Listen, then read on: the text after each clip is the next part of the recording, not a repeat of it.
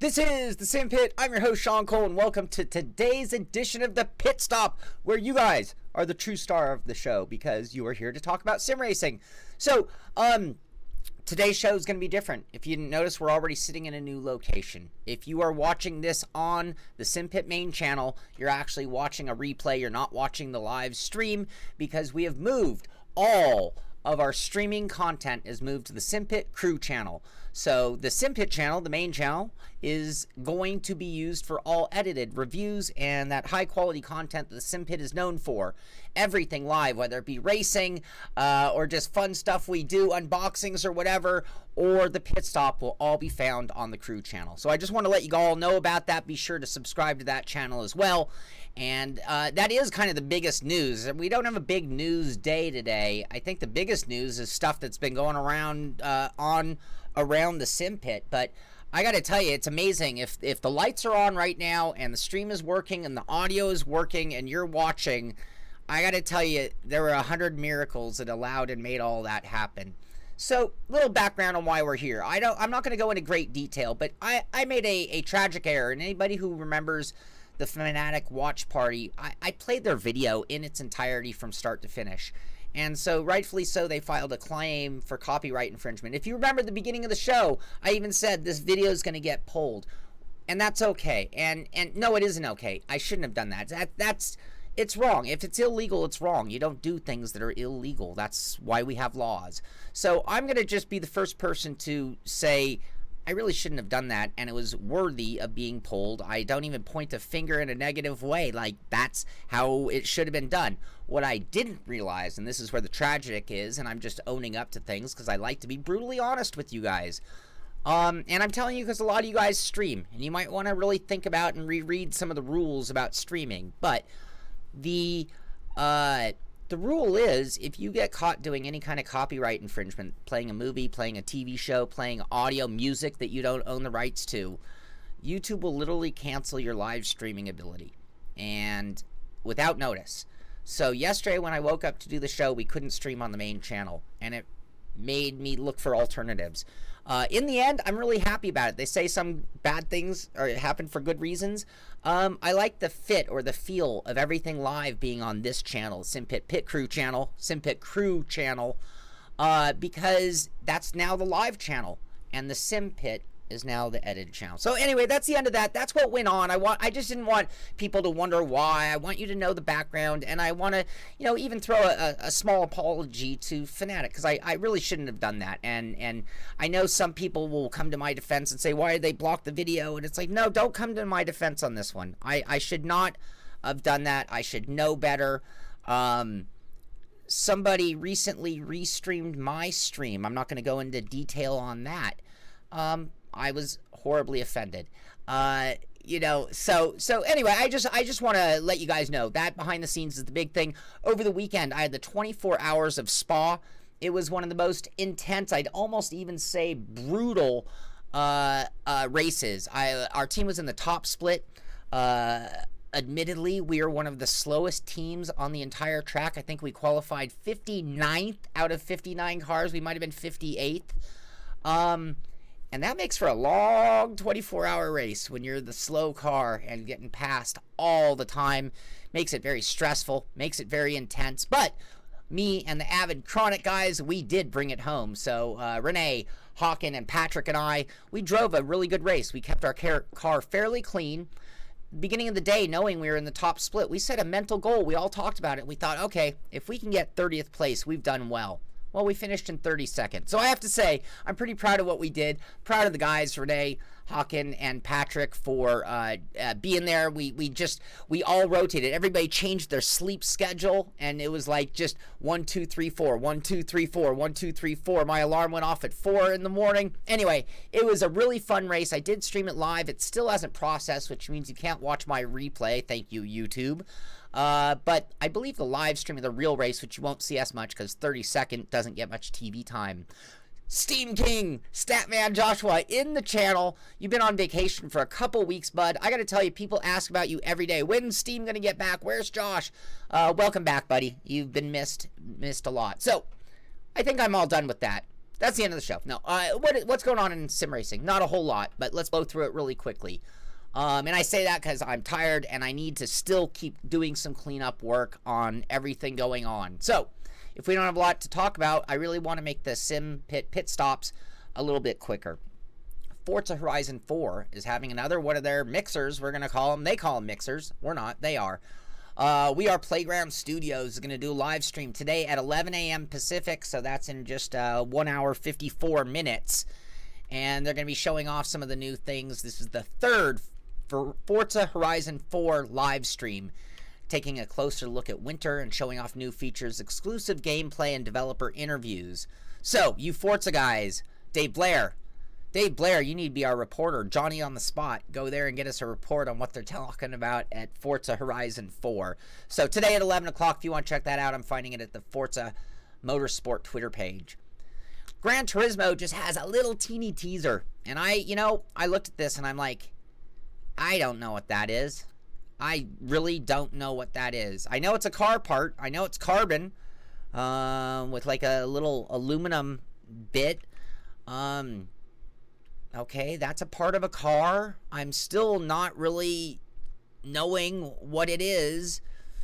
Those look like some gills of some sort, like some vents perhaps. I don't know. Anyway, I looked at these photos and I almost wasn't even going to cover the story because I don't like looking stupid. I was going to put it to you guys. Do you know what it is? Guys at Race Department seem to have figured it out all right. And what that looks like it is a bare front wing perhaps. Was that first image? When I say the gills, it's hard to see in this image, but you have those intake vents that go back.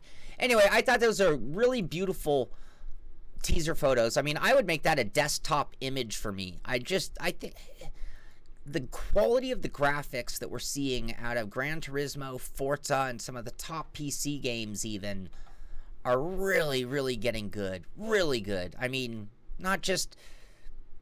I mean, I swear I'm starting to see like CGI things in car commercials, and I'm starting to think, when are they just going to start using like the games we're playing literally for the footage? It's coming up quicker, so I keep telling you guys the 24 Hours of Spa is coming up. Assetto Corsa is going to be there. They're going to have prizes going on, virtual races. So it looks like this 24-hour version of First Look at Assetto Corsa for anybody who has access to getting to Spa. That's Belgium, right? Anyway, you are going to want to go there. Going on between the 26th and 29th, so that's this weekend. And you're going to see one of the coolest races there is, because I love Spa. That's a great track. But anyway, head over there. If you're out in that area, please go check it out. Be the Johnny on the Spot reporter. Send us some pictures, video. Tell us what it was like. Tell us your impressions. Love to make you guys even more or bigger stars of the show. Anyway, what else we got? Dakar is now on Spotify. So they have put together a Spotify playlist for Dakar 18. I'm not a member of Spotify. Look at that. So I can't show you what they got, but if you know Spotify, you probably know what they're doing over there better than I do. But it's the official Dakar 18 soundtrack, and you can check that out. And we've already talked about the pre-order being available. The crew continues to do things to kind of push things. Today. In fact, it's right now. It's at 9 o'clock, I believe. So right now, simultaneous to this, and if you're a big crew fan, I wouldn't be offended if you turn that on as well.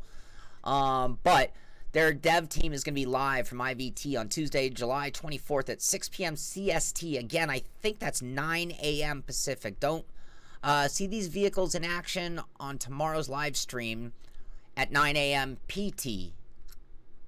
I don't know what time it is, but the crew is doing one of their mixers, I guess we can call it. Is that like the new official word? Are they all just mixers when it's the demonstration by the developers showing off their new game, teasing you, and doing their PR media blitzes out there? GT Planet had a write-up talking about Nico Hulkenberg taking a lap around Hockenheim Ring in the F1 2018.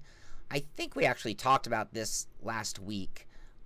When it was more relevant because it was before the race, not after the race. Anyway, in case you missed it, the main thing to take away from this is, in case you guys haven't heard me say it, but look at this new collaboration. We talk about the F1 eSport. We talk about everything going on. F1 2018 coming out almost immediately. This is the most in the limelight sim racing has ever been. And I know we go back and forth, on the whole, you could even call it controversy when it comes to like Formula One and the draft and the way it's all come together without even full rules and the amount of doubt or not known when it comes to the competition. But let's not lose sight of the fact that this is the most in the limelight sim racing has ever been. And if you're like me and you've been doing this a long time, at work, you finally broke down and you told your coworker, he's like, what are you doing tonight? And you're like, well, actually, I'm going to go sim race. And they're like, what? Yeah, I race on the computer. And they give you that look like you're that, gaming geek. And it's like, no, I'm sim racing, man. Anyway, this limelight changes that conception. And the next time, after this goes on, when you tell a friend at work, they're going to know what you do when you say sim racing, and they're going to be impressed that you compete in such a thing. Earlier, I mentioned my error, what I shouldn't have done. Fanatec has a second video on the podium. I'm not going to play the video, because we know that would not be right.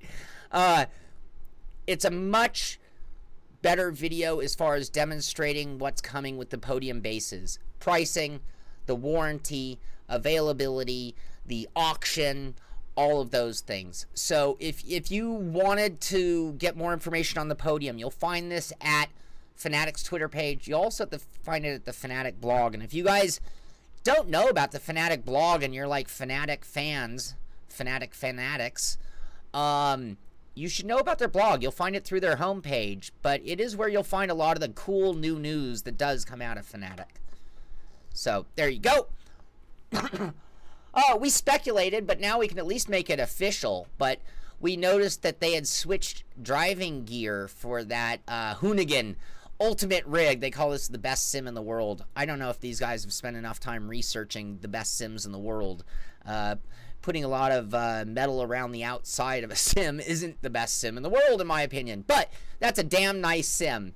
But in case there was any question, sure, Thrustmaster helped them out and gave them that full setup with the TS wheel and the shifter handbrake and all that good stuff. So, but it's officially at the Thrustmaster page. It's not speculation, it's official. No, Jamie, the whole problem with copyright is playing someone's video. What I'm doing right here is very much within the capacity of the news. And if I had showed a clip of the video, it would have been all good. You are not allowed to play things in their entirety, even if you're a news or media type site. So, if you guys remember, if you guys ran last week's Hotlap Hump Day by Ricmotech, you'll remember there's that young kid whose father was helping him get into the rig, and he had the driving gloves, and he was very serious, and I think Kevin Ford even talked, oh yeah, that kid races in real life. Anyway, the write-up here at Ricmotech, this is their Twitter feed, is he came to our Hotlap Hump Day, stayed till midnight, jumped on a plane the next morning, and was at the top of the podium by Sunday. Incredible drive and focus. Sim racing builds real drivers. Alex's proof. So here's a great picture. I think it was this guy right here, wasn't it? Anyway, Alex Searle Racing was the kid getting in and out of the rig that we saw there running on Wednesday, and he goes and podiums for the event. So I think that's the one, right? Isn't it this guy? This was the kid that was getting in and out, wasn't it? Or was it this guy? I think it was this guy. I'm sorry, it was this guy. This guy. Anyway, yeah, that was really cool. I remember Kevin talking about it, and congratulations to him. And like Ricmotech said, sim racing builds real drivers. Don't ever let anyone make fun of you sim racing. You're working at building a real driver. Sim Racing 604 is a cool channel. I don't promote other channels all the time. But, yeah, not even in the ballpark. Sim Racing 604 has a great channel, and there's a video here that I liked because, you know, talk about putting the olive branch out or just being one of those guys not afraid of competition or anything else. But cool video, because what it is it's showing you guys, and, you know, I'm going to promote 604 here, and I'm also, by telling you about this video, promoting all of my competition. But, you know, competition's a wonderful thing. It puts all of us, top of the podium, thank you. It puts all of us, we all have our own niches. We all have our own audiences. We're not stealing food off each other's tables. You don't have to fear the competition in the world of sim racing media. Anyway, Sim Racing 604 says vacation times. A few channels he'll be watching while he's away. And it's him just basically giving credit to a handful, Logically Gaming. Billy Strange Racing. I'm just fast forwarding randomly. Gamer Muscle, sure. Ferrari Man 601. I've never checked that channel out. Maybe I need. Avid Chronic, or, oh, that's actually Mitchy Hoyer. Jimmy Broadband, sure. Mitchell McCoy. Paddock, Sim Racing Paddock, sure. Sure. Oh, Sim Pit. I didn't even know. I'm just randomly. He could have ignored me. Anyway, if you're wondering what are the other sites that you can find some cool stuff in sim racing, keep yourself entertained. I know a lot of you people watch from work and just need that background entertainment sometimes. And sure, I love the Sim Pit. I want you all to be here. But check out Sim Racing 604. Look for that video, Vacation Time, and you'll find his favorite things and what he watches to entertain himself. This is at Eurogamer.net, and it's talking about the massive layoffs. Massive, I threw that word in. Strike that word. Strike that from the record, please. Layoffs at Onrush developer Evo. Drive Club director Rushy let go. So they are really downsizing and downscaling. You know, never thought of that aspect of the gaming community. Sure, when a game's being built, you have this huge, massive team to build it. And then once it's done, you have the maintenance team that might be this small. And it's like, man, can you imagine you're sitting there being an art guy, working happily, you love your job, you love your coworkers, you're making good money, and you didn't think about the dynamic of the industry, and then all of a sudden you're like part of that first wave, we've released Chop, or we're done developing Chop. Anyway, I feel bad for all those people because they're now looking for jobs. Yes, he will have to add the crew channel, Rick Hyde. Good for you. Thank you very much for that. Tech Power Up. Talking about the first wave launch dates for the GeForce 11 series. So this, you know, it's funny. This card, it's like, we're going to send it. No, we're not going to send it. Oh, it's in Taiwan. No, it's not in Taiwan. This card is too funny. But mark your calendars for the 30th of August. So the end of next month is we're going to start finally seeing the first launch of the new 11 series NVIDIA cards. Save your money. Have we seen prices? I'm guessing it's going to cost you, well, for the best one. Anybody know how much the 1180? And are they going to make an 1180 Ti? So anyway, and how much is that? Does anybody, have they announced? I probably missed that, but I'm sure somebody here knows. Yep, it's not a 1080 Ti successor. The premium brand extension. The GTX 1180 Plus. 1500? What's a guess? Anybody know? I'm going to guess 1500, maybe even 1600. Wouldn't that be insane? No, we're not doing video card giveaways. We have no budget here. No budget.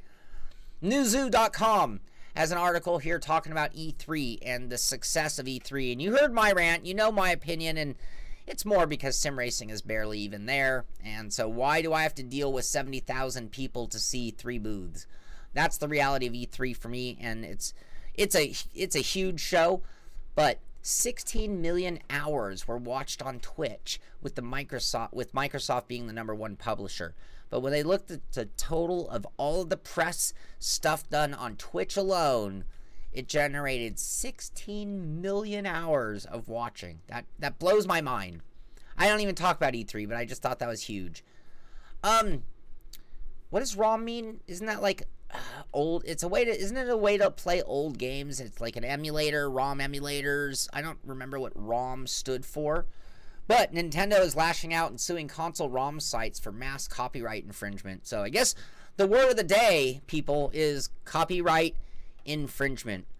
The 1180 is going to cost $1,180. Is that a joke or is that for real? That is very, very...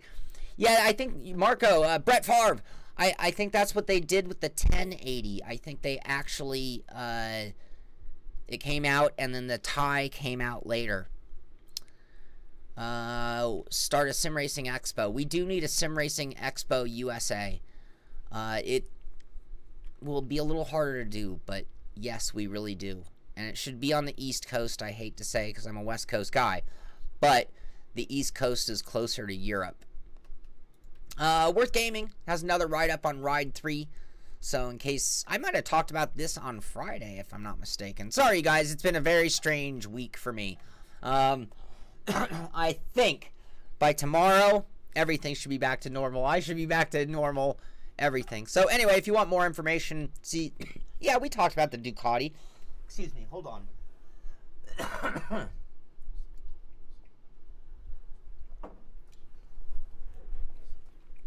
Alright, sorry about that, you guys. And then I bark into the microphone. Live for Speed. When was the last time you heard anyone on Earth say Live for Speed? Any of you young guys might even have never heard of Live for Speed. And if you don't know Live for Speed, in some ways, Live for Speed was one of the first great sims.